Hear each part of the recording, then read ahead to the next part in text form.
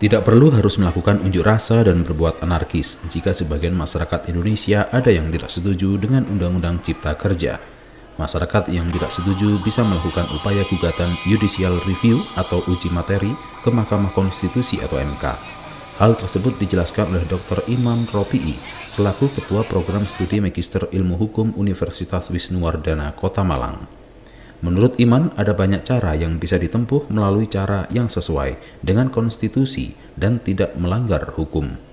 Masyarakat berhak melakukan uji materi atau judicial review ke MK.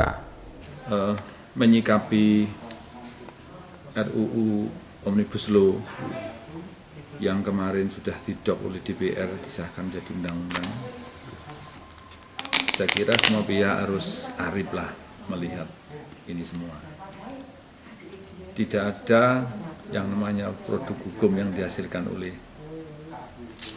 lembaga negara itu yang 100% disetujui.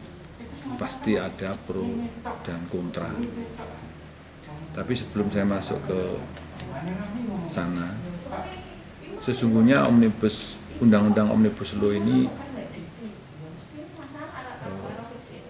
termasuk salah satu agenda dari pemerintahan Pak Jokowi. Saya menemukan itu di RPJMN-nya Pak Jokowi. Di sana ada yang namanya restrukturisasi regulasi. Nah, restrukturisasi regulasi itu pendekatan yang digunakan adalah menggunakan Omnibus Law. Nah, di dalam proses menuju ke sana itu, kalau yang tidak cocok dihapus, yang sinkron disatukan, yang kurang ditambah.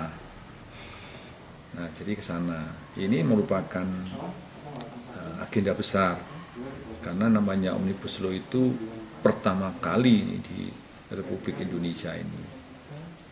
Dan itu bukan saya bilang belum tradisi, belum tradisi di sistem legislasi di Indonesia. Itu adanya kan di Perancis dulu, akan coba-coba juga Amerika, kemudian kita juga melakukan itu.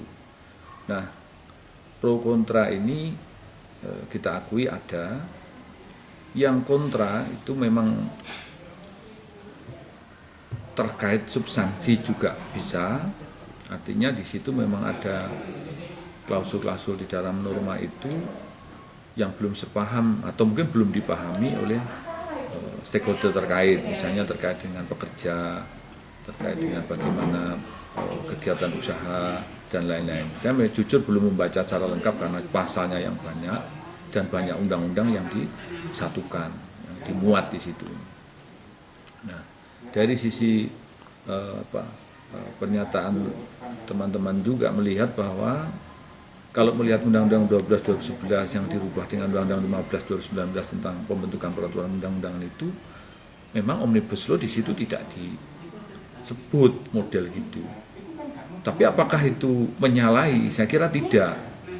Jadi tentang bagaimana karakter hukum yang Omnibus Law maupun parsial itu di situ tidak diatur. Yang penting Omnibus Law juga berbentuk undang-undang, sama, proses pembahasannya sama. Hanya saja di situ ada perbedaan yang di dalamnya memuat berbagai undang-undang terkait.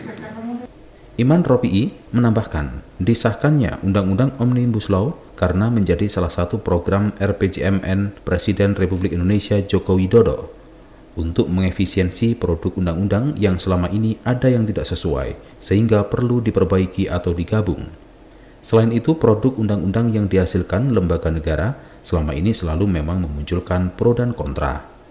Iman mengakui meski belum seluruhnya membaca isi undang-undang tersebut, Ketua Program Studi Magister Ilmu Hukum ini yakin undang-undang tersebut dalam rangka mensejahterakan masyarakat. Dari Kota Malang, Saiful Akbar ATV melaporkan.